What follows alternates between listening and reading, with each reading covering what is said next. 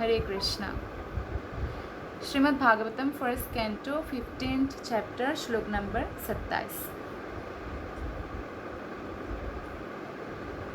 जो श्लोक नंबर 27 में बताया गया है, देश कालार्थ युक्तानि हत्तापोपशमानि च हरन्ति स्मरत चित्तम गोविंदाभिहितानि में।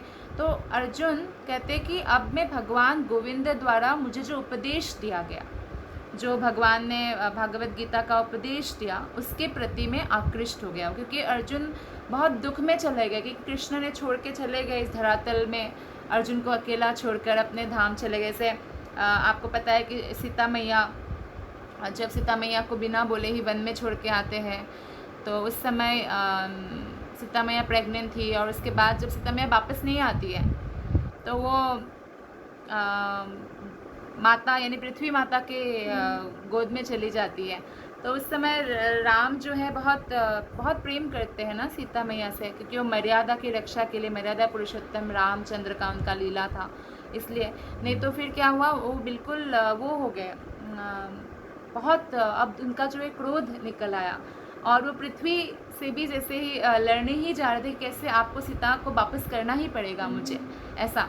लेकिन तभी ब्रह्मा जी आते हैं और कहते हैं कि भगवान राम, सीता मैया जो है पृथ्वी के रास्ते होकर, पृथ्वी के गोद से होकर जो वैकुंठ धाम में अयोध्या है, आपका नित्य लीला वहाँ पहुँच गई है, और आपका भी जाने का समय हो गया है। तो फिर राम जी शांत होते हैं और फिर राम जी भी लीला समापन करके जाते हैं। तो ऐसा ही अभी जब कृष्ण स्वयं आते हैं, तो कृष्ण का लीला समापन वैसे तो 100 साल में ही हो जाना था, लेकिन 25 साल और जैसे एक प्रकार से एक्सटेंड किया भगवान ने धरातल के लोगों के ऊपर कृपा करने के लिए।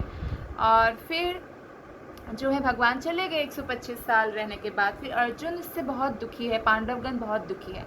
लेकिन बाद में क्या होता है, उनका जो है भगवान कृष्ण के उपदेशों के प्रति आकृष्ट होते हैं। क्योंकि जब भगवान अगर लीला समाप्त करके चले जाते हैं, तो हमें किस पर ध्यान देना चाहिए कि भगवान क्या चाहते हैं हमसे। भगवत गीता भगवान ने हमें दिया है, तो कृष्ण हमसे क्या चाहते हैं उसके प्रति आकृष्ट होना चाहिए, क्योंकि वे देश काल की समस्त परिस्थितियों में हृदय की जलन को शांत करने वाले आदेशों से परिपूर्ण बनाए गए हैं। कौन से ग्रंथ? श्रीमद् भागवतम और भगवत गीता।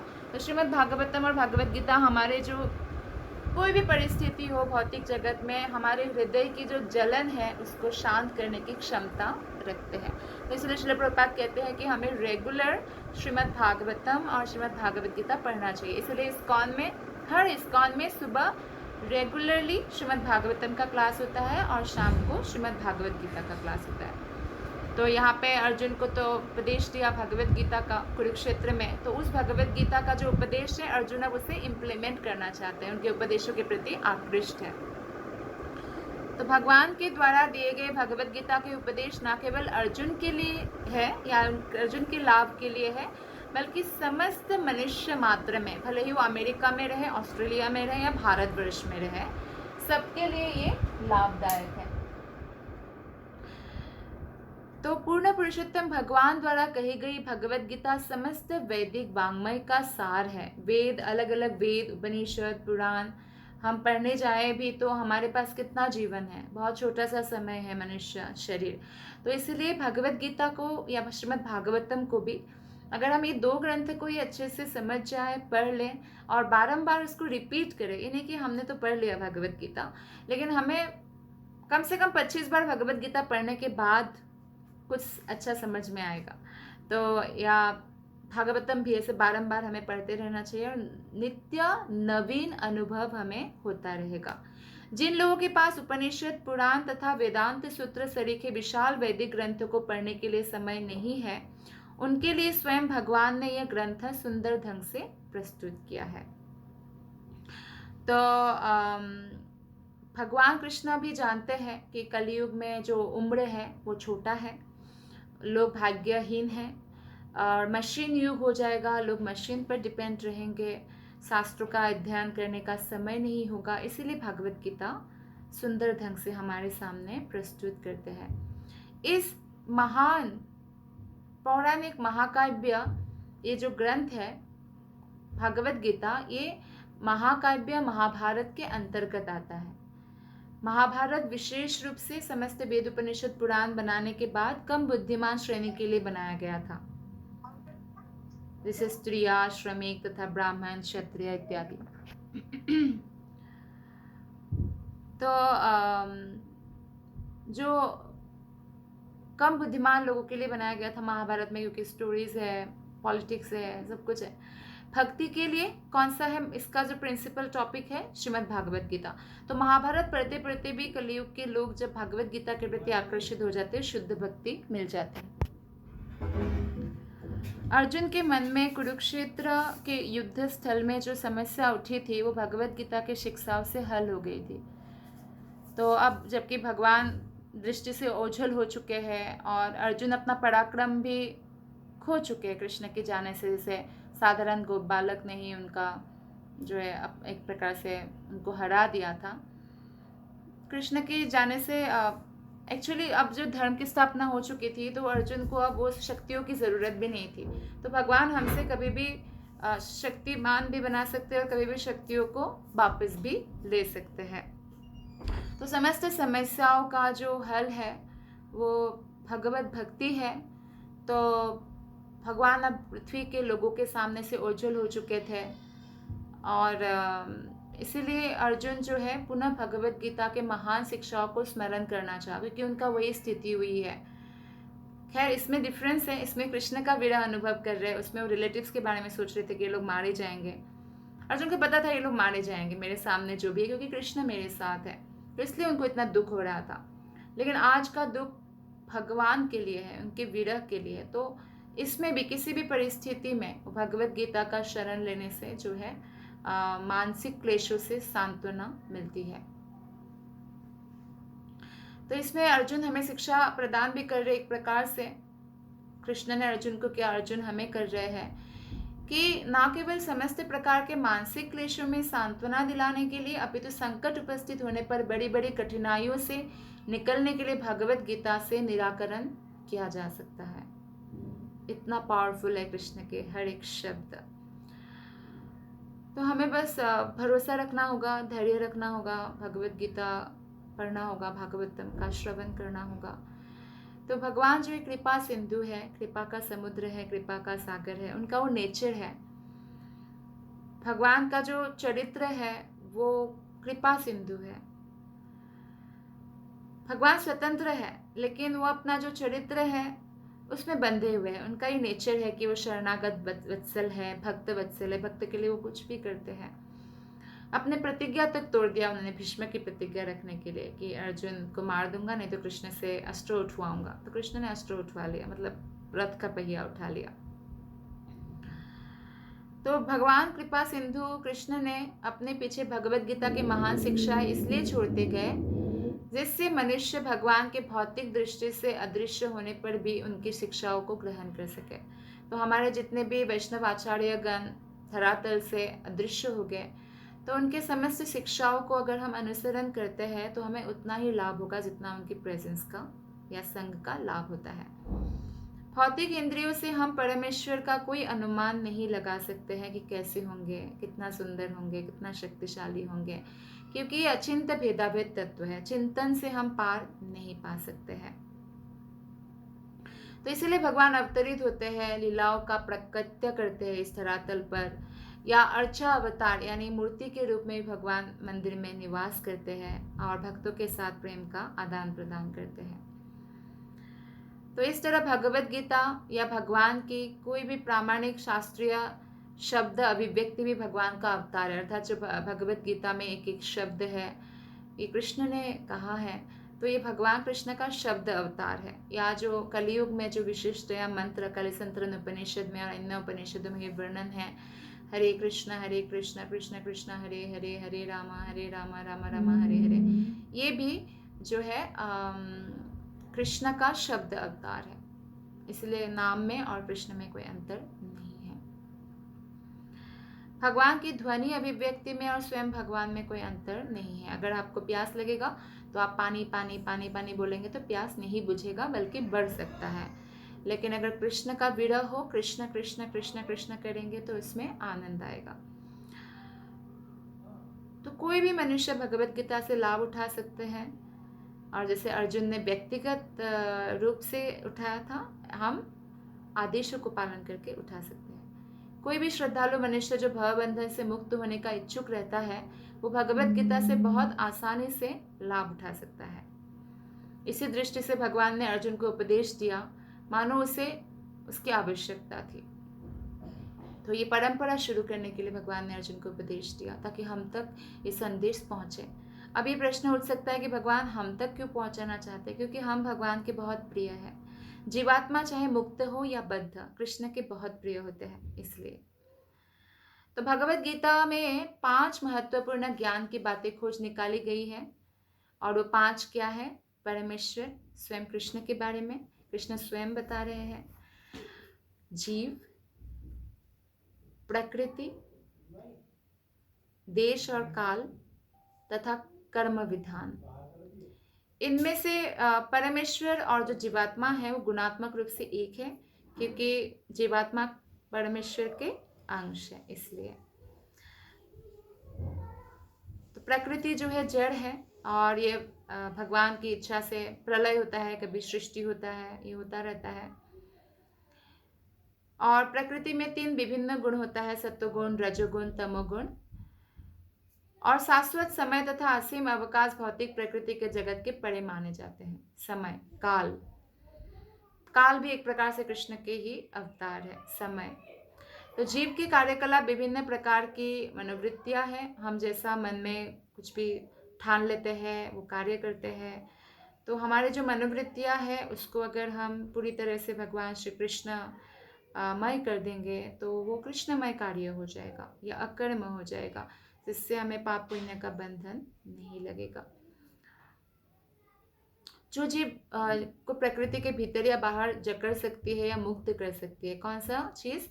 मन। हमारा मन ही है सुख का कारण, दुख का कारण मन ही है, पतन का कारण, उत्थान का भी कारण। तो इन सभी विषयों की संक्षिप्त व्याख्या भगवत गीता में हुई है, और भगवत गीता जहाँ खत्म होती है वहाँ आगे हायर स्टडी क्या है? श्रीमद् भागवतम, जो अभी हम पढ़ रहे हैं।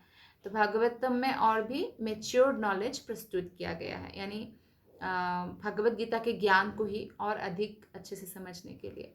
तो कोई डिफरेंस नहीं है। श्रीमद् भागवतम भगवान के साहित्यिक अवतार है और भगवत गीता शब्द अवतार है। तो इन 5 विषयों में से परमेश्वर, जीव, प्रकृति तथा काल जो है शाश्वत है, लेकिन कर्म शाश्वत नहीं है, क्योंकि कर्म कभी भी आप भोग लीजिए तो खत्म हो जाता है, या कृष्ण भक्ति करने से भी हमारा कर्म नष्ट हो जाता है। ऐसे अग्नि भस्म कर देते हैं ना, कोई भी चीज को जलाकर, ऐसे। तो सब जो है भगवान के पूर्ण नियंत्रण में होते हैं। परमेश्वर परम नियंता है, और जीव की भौतिक गतिविधि जो है अनादि है, लेकिन इसे आध्यात्मिक गुण में स्थानांतरित करके ठीक किया जा सकता है। जो भी हमें बीमारी हुई है आसक्ति का या भवरोग हुआ है, तो जब हम इसको आध्यात्मिक बना देते हैं, कृष्ण कॉन्शियस बना देते हैं, तो इस रोग से हम मुक्त हो जाते हैं। इस तरह यह भौतिक गुणात्मक प्रतिक्रियाओं में नहीं रह जाती, फिर वो सत्वगुण, रजोगुण, तमोगुण में नहीं आकर सत्वगुण से भी ऊपर उठ जाते हैं, शुद्ध सत्वगुण में पहुंच जाते हैं। भगवान तथा जीव दोनों प्रबुद्ध है, और उनकी पहचान जीवित शक्ति के रूप में होती है, लेकिन प्रकृति की अवस्था जिसे महत तत्व कहते हैं, उसके अंतर्गत जीव अपने गलत से पहचान करता है कि वो भगवान से भिन्न है। तो महत तत्व जो है हमें एक्चुअली बहिरंगा शक्ति के प्रभाव के कारण इस भौतिक जगत में हम ऐसा सोचने लगते हैं कि हम भगवान से भिन्न हैं। भगवान के अंश हम तब समझने लगते हैं जब भगवत कृपा होती है और अंतरंगा शक्ति के हम अधीन रहते हैं। नहीं तो हम अपने आप को शरीर और मन के रूप में पहचानते हैं, और इसीलिए हम दुख पाते हैं, असहनीय दुख। अगर हम आत्मा के रूप में खुद को पहचानेंगे तो हमें ये दुख नहीं लगेगा। तो वैदिक वाङ्मय की पूरी योजना ऐसी भ्रांत धारणा को निर्मूल करने के निमित्त है, और इस तरह जीव को भौतिक पहचान के भ्रम से मुक्त करती है। और जब यह भ्रम ज्ञान तथा वैराग्य से समूल नष्ट हो जाता है, तो जीव कर्ता तथा भोक्ता दोनों का उत्तरदायित्व संभालता है। तो फिर उसका कर्ता मतलब वो कर्म क्या करेंगे? कृष्ण के लिए। और वो कुछ भी चीज़ों को किसको अर्पण करेंगे? कृष्ण को अर्पण करेंगे, कृष्ण को परम भोक्ता जान के। तो भगवान में भोग की भावना वास्तविक है, लेकिन जीव में ऐसी भावना मात्र मनचाही इच्छा है। भगवान भोक्ता है, हम भोग्य है। तो हमें ऐसा कार्य करना चाहिए जिससे कृष्ण की प्रसन्नता हो। भावना का यह अंतर ही दो स्वरूपों का है, भगवान तथा जीव का अंतर है कि हम लोग जो है मनमानी ढंग से भोग करना चाहते हैं, इच्छा करते हैं, लेकिन हमारा भोगने का वो जो नहीं है। भोगने का है कृष्ण के पास, हमें भोगता, हमें भोग्या, भगवान भोगता। नहीं तो जीव या भगवान में कोई अंतर नहीं रह जाता। भगवत गीता का सारा उपदेश एकमात्र इसी सिद्धांत पर आधारित है। तो भगवत गीता में भगवान तथा जीव दोनों को सनातन कहा गया है, और भगवान का जो धाम है वो भी सनातन है, हमारा जो धर्म है वो भी सनातन है, यानी इसका कोई प्रवर्तक नहीं है। धर्मम तो साक्षात भगवत प्रणीतम। यमराज बोलते हैं अपने यमदूतों से, जब अजामिल का आख्यान चलता है और अजामिल को यमदूत लेके नहीं आ पाते हैं, यमदूत का पाश विष्णुदूत काट देते हैं, तो यमराज के पास वो बहुत दुखी होकर आते हैं कि यमराज या तो पनिशमेंट दे जिन्होंने ये नियम तोड़ा, या हम आत्महत्या कर लेंगे, लाइक दैट। तो यमराज कहते हैं कि नहीं, विष्णुदूत की पूजा तो देवतागण भी करते हैं, तो इसलिए भगवान के नाम लेने वालों को आप मत लाओ मेरे पास। उनके ऊपर मेरा क्या, ब्रह्मा जी या काल का भी अधिकार नहीं है, उनके ऊपर सिर्फ विष्णुदूतों का, कृष्ण का अधिकार है, उनके गुरु का अधिकार है। तो इसलिए आप मेरे पास उनको लाओ ना जो कभी भी भगवान के सामने नतमस्तक नहीं होते, भगवत भक्ति नहीं करते, भगवान का नाम नहीं जपते, नास्तिक प्रकृति के होते, उनको मेरे पास लाना, ऐसे बोलते हैं। तो भगवत धाम भी सनातन है, धर्म भी सनातन है। धर्म बताते हैं यमराज की, मैंने नहीं बनाया कोई धर्म, धर्म तो कृष्ण बनाते हैं। तो इस प्रकार से तो भौतिक पहचान की भ्रांत धारणा से मुक्त होने की विधि अलग अलग अवस्थाओं में सकाम कर्म से लेकर अनुभव सिद्ध दर्शन, भक्तिमय सेवा और दिव्य अनुभूति कहलाती है। तो पहले तो सकाम कर्म करते हैं, जैसे भगवान से हम कोई ना कोई भौतिक चीज़ों की इच्छा करते हैं, लेकिन धीरे धीरे वो आगे बढ़ के भक्तिमय सेवा, प्रेम पूर्वक सेवा में बदल जाती है, और ऐसी अनुभूति फिर दिव्य अनुभूति में बदल जाता है जब कोई भी वस्तु हम भगवान के साथ जोड़ देते हैं। तो वेदों द्वारा निर्दिष्ट मनुष्य के कर्तव्य धीरे धीरे बद्धजीव के पापी मन को शुद्ध कर सकते हैं। अगर हम जो भी निर्दिष्ट नियमित कर्तव्य है, जैसे सुबह उठना, स्नान करना, हरे कृष्ण महामंत्र का जप करना, 16 माला रोज, भगवान को भोग लगाना रोज, तो ये जो नियमित कर्तव्य है उसको अगर हम पालन करने लगेंगे तो धीरे धीरे हमारा मन जो हमें इस भौतिक संसार में बांध कर रखता है वो शुद्ध हो जाएगा, और ज्ञान की उस अवस्था तक पहुंच जाएगा ताकि हम भगवत धाम अपने घर वापस जा सके। तो ज्ञान प्राप्त करने की शुद्ध अवस्था भगवान की भक्तिमय सेवा का आधार बनती है। जब तक मनुष्य जीवन की समस्याओं का हल ढूंढता रहता है तब तक उसकी जानकारी ज्ञान या शुद्ध ज्ञान कहलाती है। मनुष्य जीवन की समस्याएं है मृत्यु, जन्म मृत्यु चक्र में पड़े रहना, तो उसका हल ढूंढता है, तो वास्तविक ज्ञान या शुद्ध ज्ञान है, और तब व्यक्ति भगवत भक्ति में लग जाता है। तो भगवत गीता का शुभारंभ जीवन की समस्याओं से होता है, जिसमें पदार्थ के तत्व को आत्मा से अलग करके देखा जाता है। तो सभी परिस्थितियों में जो है पदार्थ का यानी बाह्य आवरण जो हमारा शरीर है या मन है, तो ये जो है हमें दुख देने के लिए है, शरीर और मन। इसीलिए हमने इस धरातल पर आकर ये दोनों धारण किया है, सूक्ष्म शरीर धारण किया, स्थूल शरीर धारण किया, पृथ्वी जल अग्नि वायु आकाश से बना हुआ। तो ये दुखों से भरा हुआ है। इसीलिए भगवत गीता विभिन्न प्रकार के कष्ट को समाप्त करने के लिए है, और अर्जुन ने इस महान ज्ञान का आश्रय लिया है जो उन्हें कुरुक्षेत्र के युद्ध में प्रदान किया जा चुका है। तो श्लोक नंबर 28, सुत उवाच एवं चिन्तायतो जिष्णोः कृष्णपादासरोरुहं सौहार्देनातिगाढेन शान्तासीद्विमलामतिः। अनुवाद और तात्पर्य श्रील प्रभुपाद के द्वारा, श्रील प्रभुपाद की जय। अनुवाद, सुत गोस्वामी ने कहा, इस प्रकार भगवान के उपदेश जो अत्यधिक घनिष्ठ मित्रता में प्रदान किए गए थे उसके विषय में सोचने में तथा उनके चरण कमलों का चिंतन करने में तल्लीन अर्जुन का मन शांत और समस्त भौतिक कलमश से रहित हो गया। पहले तो बहुत दुखी हो गए, लेकिन जैसे ही कृष्ण के उपदेश पर उन्होंने खुद का मन को कंसंट्रेट किया तो पूरी तरह जो है शांत हो गए, और भगवान के साथ जो उनका जो भी लीला भगवान ने किया वो सब स्मरण करते करते, उनके चरण कमलों को चिंतन करते करते कृष्ण के उसमें तल्लीन हो गया अर्जुन, और समस्त भौतिक कलमश से रहित हो गया। तो ये बहुत प्रैक्टिकल है। अगर हमारे जीवन में भी दुख है तो हमें कृष्ण के चरण कमलों का स्मरण करना है, कृष्ण के बारे में पढ़ना है, कृष्ण के बारे में श्रवण करना है, तो हम भौतिक कलमश से मुक्त हो सकते हैं। चूंकि भगवान परम पूर्ण है, अतः वह उनका गहन ध्यान योगिक समाधि के समान ही है। भगवान अपने नाम, रूप, गुण, लीलाओं, पार्षदों तथा विशिष्ट कर्मों से अभिन्न है। तो भगवान पूर्ण है, तो उनका ध्यान करना या उनका नाम जपना या उनका साक्षात दर्शन करना अभिन्न है, एक ही बात है। तो अर्जुन भगवान कृष्ण द्वारा कुरुक्षेत्र के युद्ध स्थल में उसे दिए गए उपदेशों का चिंतन करने लगा कि क्या क्या उपदेश मुझे कृष्ण ने कुरुक्षेत्र के युद्ध स्थल में दिया था, जिससे मैं समस्त दुखों से मुक्त हो गया था और युद्ध करने लगा था।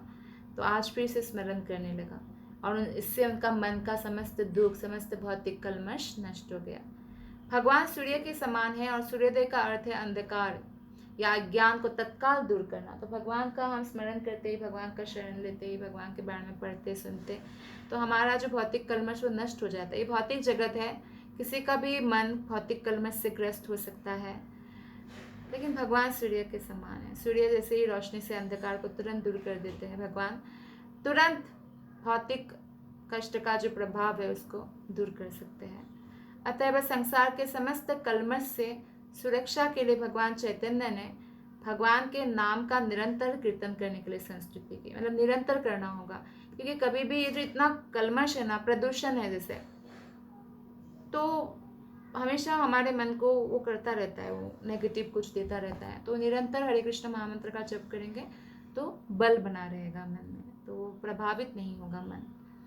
निस्संदेह भक्त के लिए भगवान का वियोग बहुत कष्टप्रद होता है। भगवान उनके प्राण होते हैं, लेकिन इसका संबंध भगवान से है, अतः इसका विशेष दिव्य प्रभाव पड़ता है। भगवान के वियोग में भी, विरह में भी जो है वो असीम शांति का अनुभव करते हैं, क्योंकि वो दिव्य आनंद उनको प्राप्त होता है, जो मिलन के आनंद से भी बढ़कर माना गया है शास्त्रों में। वियोग की अनुभूति दिव्य आनंद का स्रोत भी बनती है, और इसकी तुलना कभी भी कलुषित भौतिक वियोग से नहीं की जा सकती। भौतिक वियोग में जो कष्ट होता है वो आध्यात्मिक वियोग में आनंद होता है। इसलिए गोपियों का जो विरह का अनुभूति, वो बोला गया कि आनंद का अगर पर्वत है तो पर्वत का शिखर है, ऐसे बोला गया है। Thank you very much. Hare Krishna.